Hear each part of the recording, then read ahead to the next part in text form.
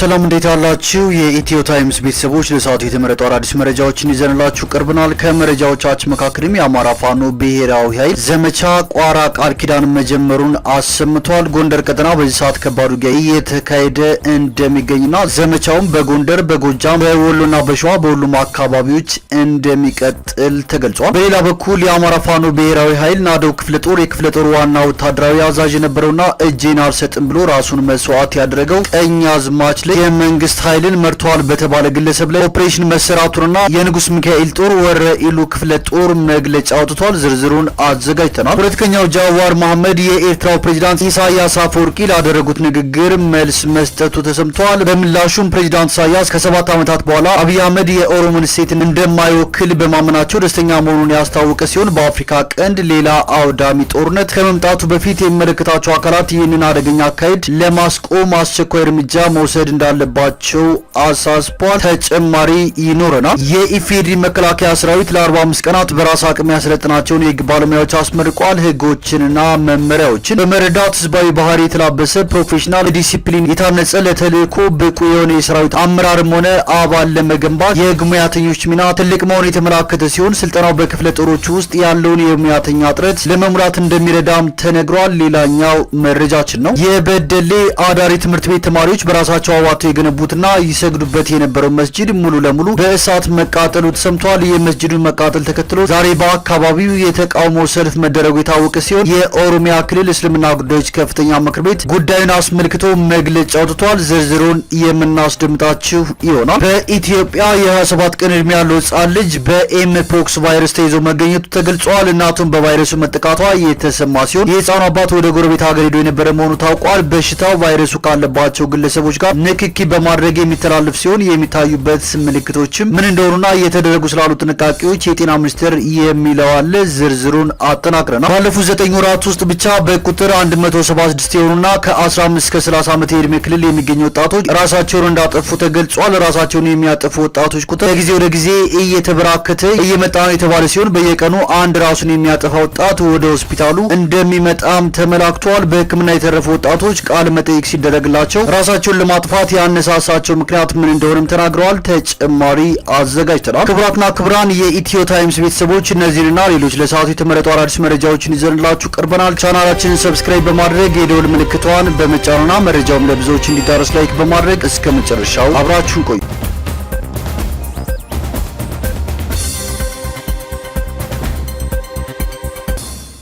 በመጪው ክረምት ከመደበኛ በላይ ዝናብ መጠን እንደሚኖር ኢንስቲትዩቱ አስታወቀ። ዋነኛ የዝናብ ወቅታቸው ክረምት በሆኑ አካባቢዎች በመጪው ክረምት ከመደበኛ በላይ ዝናብ እንደሚያገኙ የኢትዮጵያ ሜትሮሎጂ ኢንስቲትዩት አስታወቀ። የክረምት ወቅት ዝናብ አጀማመር በደቡብ ምዕራብና በምዕራብ የሀገሪቱ አካባቢዎች ላይ ቀድሞ እንደሚጀምርና በአወጣጥ ረገድ ግን ሊዘገይ እንደሚችል ኢንስቲትዩቱ በሰጠው መግለጫው ጠቁሟል። ህብረተሰቡ በሚቀጥለው የክረምት ወቅት የሚጠበቀውን የአየር ጠባይ ትንበያ ከግንዛቤ በማስገባት የግብርና እንቅስቃሴና ሌሎች ማህበራዊና ኢኮኖሚያዊ ስራዎችን እንዲያከናውን አሳስቧል። በሌላ በኩል አልፎ አልፎ ከሚኖረው ተደጋጋሚነት ያለው ከባድ ዝናብ ጋር ተያይዞ ለጎርፍ ተጋላጭ በሆኑት ረባዳማ ቦታዎች፣ የወንዞች ዳርቻዎችና በከተሞች አካባቢ በማህበራዊና ኢኮኖሚያዊ እንቅስቃሴ ስራዎች ላይ ሊያደርስ የሚችለውን አሉታዊ ተጽዕኖ ለመቀነስ እንዲያስችል አስፈላጊውን የጥንቃቄ ስራ ከወዲሁ በቅንጅት መከናወን እንዳለበት ማሳሰቢያ ተሰጥቷል። በሰሜን ምስራቅና በደቡብ ምዕራብ የሚኖረው ከፍተኛ ዝናብ በማሳ ላይ ውሃ መተኛት የሚያስከትል በመሆኑ ለወባ ትንኝ መራባት ምቹ ሁኔታን ይፈጥራል። ስለዚህም የውሃ ማፋሰሻ ቦዮችን በማጽዳት ቅድመ ጥንቃቄ ማድረግ ይደረግ ብሏል። በሀገሪቱ በየሰዓቱ ያለውን የአየር ጸባይ የተመለከቱ መረጃዎችን የሚሰጡ ከ1600 በላይ በሰው ኃይል የተደገፈ የሜትሮሎጂ ጣቢያዎች መኖራቸውን የኢንስቲትዩቱ ምክትል ዋና ዳይሬክተር ዶክተር አሳምነው ተሾመ ገልጸዋል። ኢትዮጵያ አስተማማኝ የአየር ትንበያዎችን ለማካሄድ በአርቲፊሻል ኢንተለጀንስ የተደገፈ የሜትሮሎጂ መሰረተ ልማቶችን እያሟላች መሆኑን ኃላፊው አክለው መናገራቸው ተሰምቷል። በአማራ ክልል ባለፉት 9 ወራት ውስጥ 176 ሰዎች ራሳቸውን ማጥፋታቸውን የፈለገ ህይወት አጠቃላይ ስፔሻላይዝድ ሆስፒታል አስታወቀ። በሆስፒታል የድንገተኛ ክፍል ሐኪም ዶክተር ጓዴ ተዋበ እንደተናገሩት ራሳቸውን የሚያጠፉ ወጣቶች ቁጥር ከጊዜ ወደ ጊዜ እየተበራከተ መጥቷል ብለዋል። በየቀኑ አንድ ራሱን የሚያጠፋ ወጣት ወደ ሆስፒታሉ ይመጣል ያሉት ዶክተር ጓዴ በአብዛኞቹ ለበረሩና ለአይጥ ማጥፊያ ተብሎ የሚሸጠውን ሜታሎፎፋይድ ተብሎ የሚጠራውን ጸረ ተባይ መድኃኒት ነው የሚወስዱት ብለዋል። በ9 ወራት ውስጥ 176 ያህል ወጣቶች ራሳቸውን እንዳጠፉ የሚናገሩት ዶክተር ጓዴ አብዛኛዎቹ ከ15 እስከ 30 ዓመት ዕድሜ ክልል ውስጥ የሚገኙ ወጣቶች መሆናቸውን ገልጸዋል። ተጎጂዎች ራሳቸውን ማጥፋታቸው በምርመራ ነው የሚገኘው ያሉ ሲሆን በተጨማሪ ከቤተሰቦቻቸው የሚገኘው መረጃ እንደሚያመለክተው በራሳቸው ላይ አደጋውን ከመፍጠራቸው በፊት ይናገሩት የነበረውን ቃላት እንዲሁም መድኃኒቱን ከወሰዱ በኋላ ካጠገባቸው የሚገኘው የወሰዱት መድኃኒት መያዣ ራሳቸውን ለማጥፋታቸው ማረጋገጫ ነው ብለዋል። ከዚህ ባለፈ መድኃኒቱን ከወሰዱ በኋላ በፍጥነት ወደ ሕክምና ተቋም መጥተው የተረፉ ወጣቶች ካለመጠየቅ ሲደረግላቸው ራሳቸውን ለማጥፋት ያነሳሳቸው ከቤተሰብና ከፍቅር ጓደኛ ጋር የሚደረግ ጊዜያዊ ግጭት እንዲሁም ኑሮ መረረን የሚሉ ምክንያቶች እንደሚሰጡ ዶክተር ጓዴ ተናግረዋል። በተለይ የጸረ ተባይና ተዋሲያን ማጥፊያ መድኃኒቶች ከተፈለገው ዓላማ ውጪ እየዋሉ ስለሆነ ገበያ ላይ በስፋት እንዳይገኙ ጥብቅ ቁጥጥር መደረግ አለበት ሲሉም ማሳሰቢያ ሰጥተዋል። ቡልቲ አዳ መስጂድ ሙሉ ለሙሉ በእሳት መቃጠሉ ተሰምቷል። ኦሮሚያ ክልል በቡኖ በደሌ ዞን በደሌ ከተማ ከሚገኘው ቡልቲ አዳ መስጂድ ለጊዜው ምክንያቱ ምን እንደሆነ እስካሁን ባልታወቀ ሁኔታ በትናንትናው ዕለት ሙሉ በሙሉ በእሳት መውደሙ ተገልጿል። መስጂዱ የበደሌ አዳሪ ትምህርት ቤት ተማሪዎች የሚሰግዱበት መስጂድ የነበረ እንዲሁም ተማሪዎቹ በራሳቸው አዋጥተው የገነቡት መስጂድ እንደነበር ተገልጿል። የኦሮሚያ ክልል እስልምና ጉዳዮች ከፍተኛ ምክር ቤት በመስጂዱ መቃጠል ማዘኑን ገልጾ የአካባቢው የመንግስት አስተዳደር በአስቸኳይ ከዚህ ድርጊት ጀርባ ያሉ አካላትን አጣርቶ ለህዝብ ይፋ እንዲያደርግ ብሎም አስፈላጊውን እርምጃ እንዲወስዱ ጠይቋል። የመስጂዱን መቃጠል ተከትሎ ዛሬ በአካባቢው የተቃውሞ ሰልፍ መደረጉ ታውቋል። በኢትዮጵያ በኤምፖክስ ቫይረስ የተያዘ ሰው መገኘቱ ተገለጸ።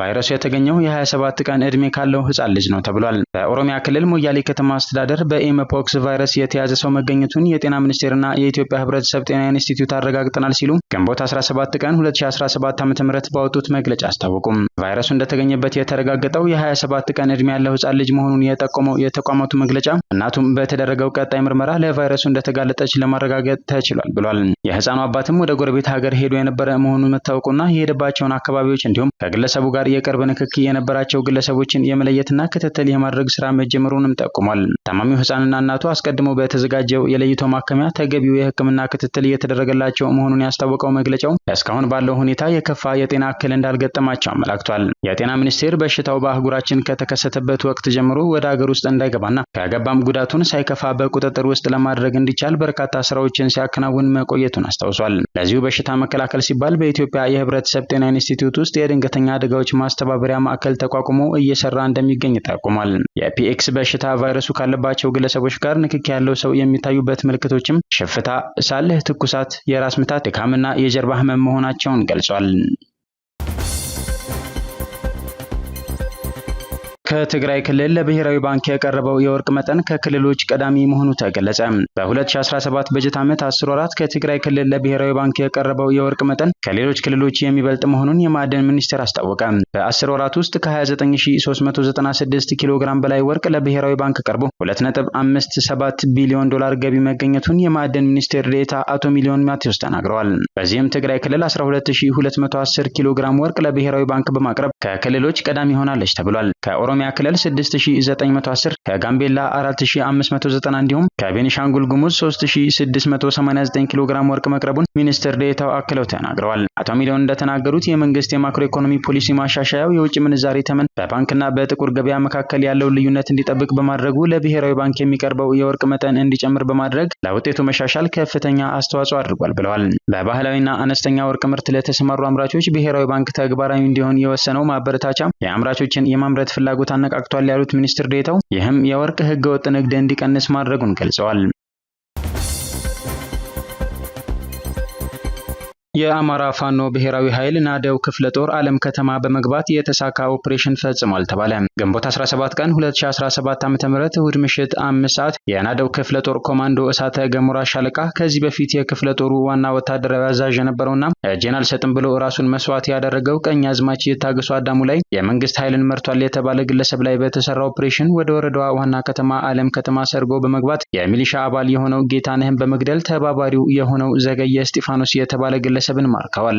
የአማራ ፋኖ ብሔራዊ ኃይል በሸዋ ናደው ክፍለ ጦር በመንግስትና በፋኖ ስም የአገዛዙን ስራ የሚሰሩ ኃይሎች በሁሉም አቅጣጫ ጥቃት የተፈጸመበት ሲሆን መንግስት በመገናኛ ብዙሃን ክፍለ ጦሩ ላይ ከባድ ኪሳራ እንዳደረሰ ሲናገር፣ ናደው ክፍለ ጦር ግን ዘገባውን አስተባብሏል። በተያያዘ ዜና የአማራ ፋኖ ብሔራዊ ኃይል ንጉስ ሚካኤል ኮር ከዳግም ክተት ወረኢሉ ክፍለ ጦር መግለጫ ሰጥቷል። የዳግም ክተት ወረኢሉ ክፍለ ጦር በሚንቀሳቀስባቸው የወረኢሉ የለገሂዳ የጃማ ቀጠናዎች በህብረተሰቡ ዘንድ ያጋጠሙ ችግሮችን ገምግሞ የቀጣይ አቅጣጫዎችን እንዳስቀመጠ እንዳስቀመጠ መግለጫው ገልጿል። በአማራ የህልውና ትግል ፍትሃዊ ጦርነት ውስጥ እጅግ ብዙ ጀግኖች ከሞቀ ቤታቸው ወጥተው ውድ የሆነች ህይወታቸውን እየሰጡ የሚታገሉ ብዙ ጀግኖች ተፈጥረዋል ያለው መግለጫው፣ ነገር ግን በፋኖ ስም ተደራጅተው በየአካባቢው ህዝብን የሚያሰቃዩ አካላት እንዳሉ ከህዝብ የሚደርሰው መረጃ እንደሚያሳይ ገልጾ ከሰሞኑም የመንግስት ኃይል በመሸገባቸው በወረኢሉ ወረዳ በካቤና በሰኞ ገበያ ከተማ የተሻሉ የሚባሉ አርሶ አደሮችን፣ ነጋዴዎችን ሌሊት በማገት የተለያዩ አካባቢዎች ወስዶ በመሰወር ገንዘብ እየተቀበሉ ያሉ ህሊናቸውን የሸጡ ለጊዜው ማንነታቸው ያልታወቁ ቡድኖች በመፈጠራቸው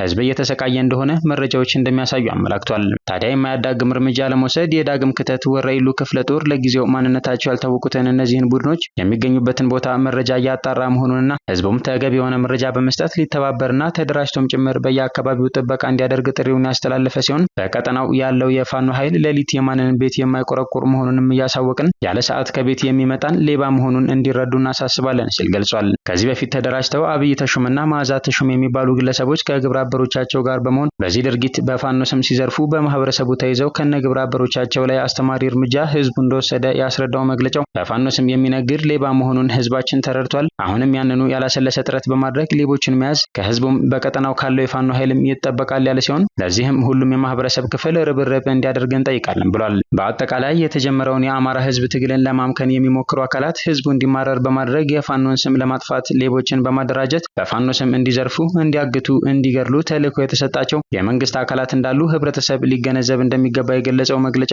ቡድኑን ማስወገድ ካልተቻለ ህዝባችን ከዚህ ለባሰ መከራ ይዳረጋል፣ ትግላችንንም በተወሰነ መልኩ ሊያጓትት ይችላል ያለ ሲሆን ስለዚህ የመጀመሪያው ትግላችን ይህንን ቡድን የማያዳግም እርምጃ በመውሰድ ህዝባችንን ከመከራ ማዳን ሲሆን ህዝቡም አካባቢውን በንቃት እንዲጠብቅ እያሳወቅን መረጃዎችን ሲያገኙ በአካባቢው ላለው የፋኖ ኃይል እንዲያጋሩ እያሳሰብን ያለ ሰዓት በሌሊት ጭንብል የለበሰ የንጹሃንን ቤት የሚያንኳኳ ንጹሃንን አግቶ ገንዘብ የሚጠይቅ በቀጠናው የሚንቀሳቀሰው የፋኖ ኃይል አለመሆኑን በድጋሚ እናሳውቃለን ሲል የአማራ ፋኖ ብሔራዊ ኃይል ንጉስ ሚካኤል ኮር ከዳግም ክተት ወረኢሉ ክፍለ ጦር ባወጣው መግለጫ አሳውቋል። ይህ በእንዲህ እንዳለ ዘመቻ ቋራ ቃል ኪዳን መጀመሩ ተሰምቷል። የአማራ ፋኖ ብሔራዊ ኃይል ጎንደር ቀጠና በዚህ ሰዓት ከባድ ውጊያ እያካሄደ ይገኛል የተባለ ሲሆን ከአራቱም አቅጣጫ ተልዕኮ የወሰዱ የጎንደር ቀጠና ኮሮች የመንግስትን ኃይል ከበባ ውስጥ አስገብተው እየተዋጉ መሆኑ ተመላክቷል። ይህ ዘመቻ በጎንደር፣ በጎጃም፣ በወሎና ሸዋ በሁሉም አካባቢ ይቀጥላልም ተብሏል።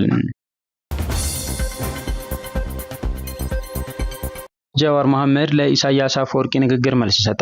የኤርትራው ፕሬዝዳንት ኢሳያስ አፈወርቂ ያደረጉትን ንግግር ትርጉም ማዳመጡን በመግለጽ የጀመረው ጃዋር በሁለት ቁልፍ ነጥቦች ላይ አስተያየት መስጠት እፈልጋለሁ ብሏል። ሲያስረዳም ፕሬዝዳንት ኢሳያስ የቀድሞ የጦር አጋራቸው አብይ አህመድን የኦሮሞን ጥቅም የማይወክለውን የኦሮሞማ ርዕዮተ ዓለም የሚያራምድ በማለት ከሰዋል ካለ በኋላም በዚህ ንግግር ደስተኛ አለመሆኑን አስታውቋል። ኦሮሞማ የፖለቲካ ርዕዮተ ዓለም አይደለም ያለው ጃዋር ይህ የኦሮሞ ማንነት ወይንም ባህል መግለጫ ቃል መሆኑን አስረድቷል። ልክ ኤርትራዊ ወይንም ኩኩዩ እንደማለት መሆኑንም ገልጿል። ቢሆንም ፕሬዝዳንት ኢሳያስ አፈወርቂ ከ7 ዓመታት በኋላ አብይ የኦሮሞን እሴት እንደማይወክል በማመናቸው ደስተኛ መሆኑን አስታውቋል። ለ10 ዓመታት ከኤርትራ ጋር ሲሰሩ የነበሩትን የኦሮሞ ፖለቲካ መሪዎች ጨምሮ የኦሮሞ ምሁራንና የተከበሩ የሀገር ሽማግሌዎች ለዲሞክራሲያዊ ሽግግር አብይን ሲደግፉ መቆየታቸውን የጠቀሰው ጃዋር ይሁንና ቤተ መንግስት ከገባ በኋላ እነዚህን ገለል እንዳደረጋቸው አስረድቷል። በኤርትራና በኢትዮጵያ መካከል የተፈጠረው የአጭር ጊዜ ትብብር ዘለቂታዊነት ሊኖረው እንዳልቻለ የጠቀሰው ጃዋር እንደዚህ አይነት የአጭር ጊዜ ግብ ያላቸው ስሌቶች በሁለቱ ሀገራት መካከል መደገም እንደሌለበት አሳስቧል። የፕሬዝዳንት ኢሳያስ አፈወርቂ ንግግር በሁለቱ ሀገራት መካከል ያለውን ውጥረት መካረሩን እንዲያሳይ ጠቁሞም በአፍሪካ ቀንድ ሌላ አውዳሚ ጦርነት ከመምጣቱ በፊት የሚመለከታቸው አካላት ይህንን አደገኛ አካሄድ ለማስቆም አስቸኳይ እርምጃ መውሰድ አለባቸው ብሏል። የኢፌዴሪ መከላከያ ሰራዊት በራስ አቅም ያሰለጠናቸውን የህግ ሙያተኞች ማስመረቁን ገለጸ። ለ45 ቀናት በሰለጠኑት የህግ ሙያተኞች የምረቃ መርሃ ግብር ላይ በመገኘት የስራ መምሪያ ንግግር ያደረጉት የኮሩ ዋና አዛዥ ብርጋዴር ጀነራል ተሾመ ይመር እንዳሉት ህጎችንና መመሪያዎችን በመረዳት ህዝባዊ ባህሪ የተላበሰ ፕሮፌሽናል የሆነ በዲሲፕሊን የታነጸ ወታደራዊ ጨዋነቱ የተጠበቀና ለተልእኮ ብቁ የሆነ የሰራዊት አመራርም ሆነ አባል ለመገንባት የህግ ሙያተኞች ሚና ትልቅ ነው ብለዋል። ሙያተኞች ከስልጠናው ያገኙትን እውቀት ወደ ክፍሎቻቸው በሚመለሱበት ወቅት ለሰራዊቱ የቀድሞ ወንጀል መከላከል ትምህርቶችን በተከታታይነት በመስጠትና ግንዛቤውን ከፍ በማድረግ ባለማወቅ የሚፈጸሙ ወንጀሎችን ለማስቀረት ትልቅ ስራ እንደሚጠበቅባቸው አሳስበዋል። የኮሩ ፍትህ ኃላፊ መቶ አለቃ ኢብራሂም መሐመድ ስልጠናው ሰፋ ያሉ ህግና መምሪያዎች የተካተቱበት በመሆኑ የተሰጠው ስልጠና ከግዳጅ ጎን ለጎን በማካሄድ ሰራዊቱ በተሰጠው ተልዕኮ ላይ ሰፊ የህግ ግንዛቤና እውቀት እንዲኖረው ለማስቻል ያግዛል ብለዋል። ስልጠናው በክፍለ ጦሮች ውስጥ ያለውን የሙያተኛ እጥረት ለመሙላትም እንደሚረዳ ተናግረዋል። ሩሲያ በዩክሬን ላይ ከፍተኛ ጥቃት መሰንዘሯን ተከትሎ ትራምፕ ፑቲንን እብድ ነው ሲሉ ተናገሩ። የዩናይትድ ስቴትስ ፕሬዚዳንት ዶናልድ ትራምፕ ሞስኮ በዩክሬን ላይ ያደረሰችውን ከባድ የአየር ላይ ጥቃትን ተከትሎ በሩሲያ አቻቸው ቭላዲሚር ፑቲን ደስተኛ እንዳልሆኑ ተናግረዋል። ትራምፕ ባልተለመደ ተግሳጽ ምን ነካው ብዙ ሰዎችን እየገደለ ነው ያሉ ሲሆን አክለውም ፑቲንን ፍጹም እብድ ነው ሲሉ ተደምጠዋል። የዩክሬኑ ፕሬዚዳንት ቭላዲሚር ዘለንስኪ ቀደም ብለው ዋሽንግተን በቅርብ ጊዜ በሩሲያ ጥቃቶች ላይ የነበራት ዝምታም ፑቲንን የሚያበረታታ ነው ሲሉ በሞስኮ ላይ ጠንካራ ጫና እንዲሁም ጥብቅ ማዕቀቦችን እንድትጥል አጥብቀው አሳስበዋል። ሩሲያ 367 ሰው አልባ አውሮፕላኖችንና ሚሳኤሎችን በመተኮሷ በዩክሬን በአንድ ሌሊት ቢያንስ 12 ሰዎችን ስትገድል በደርዘን የሚቆጠሩ ደግሞ ቆስለዋል። ፑቲን በ2022 ሙሉ ወረራ በዩክሬን ላይ ከጀመሩ ወዲህ በአንድ ሌሊት ውስጥ ከፍተኛው ጥቃት በትናንትናው ዕለት ፈጽመዋል። የአየር ሳይረን ማስጠንቀቂያ የሰው አልባ አውሮፕላኖችና ሚሳኤሎች ጥቃት ሲፈጸም በበርካታ የዩክሬን ክልሎች ተሰምቷል። በሰሜን ምስራቅ ካርኪቭ ከተማ አንድ ህፃንን ጨምሮ ቢያንስ 3 ሰዎች ቆስለዋል ሲሉ ከንቲባ ኢጆር ቴሬኮቭ ተናግረዋል። እሁድ ዕለት በኒው ጀርሲ ለጋዜጠኞች ትራምፕ ስለ ፑቲን ሲናገሩ ለረጅም ጊዜ አውቀዋለሁ፣ ሁልጊዜም ከእርሱ ጋር ተስማምቼ ነበር፣ ግን እሱ ሮኬቶችን ወደ ከተማዎች በመላክ ሰዎችን እየገደለ ነው እና በጭራሽ አልወደውም ብለዋል። ትራምፕ አሜሪካ በሩሲያ ላይ የምትጥለውን ማዕቀብ ለመጨመር እያሰቡ እንደሆነ ተጠይቀው ሲመልሱ በፍጹም ብለዋል። የዩናይትድ ስቴትስ ፕሬዚዳንት ከዚህ በፊት ደጋግመው ይዝቱ ነበር፣ ነገር ግን በሞስኮ ላይ ምንም አይነት ገደቦችን ተግባራዊ ለማድረግ ገና ነው ሲሉ ተናግረዋል። ብዙ ሳይቆዩ ትራምፕ በትሩዝ ሶሻል ላይ ባሰፈሩት መልእክታቸው ፑቲን በፍጹም አብዷል ሲሉ ጽፈዋል። ሁልጊዜ ዩክሬንን እንደሚፈልግ ተናግሬያለሁ፣ ቁርጥራጭ ግዛቶችን ብቻ አይደለም። እናም ምናልባት ይህ ትክክል ሊሆን ይችላል፣ ነገር ግን ይህንን ካደረገ ወደ ሩሲያ ውድቀት ይመራል ሲሉ ተደምጠዋል።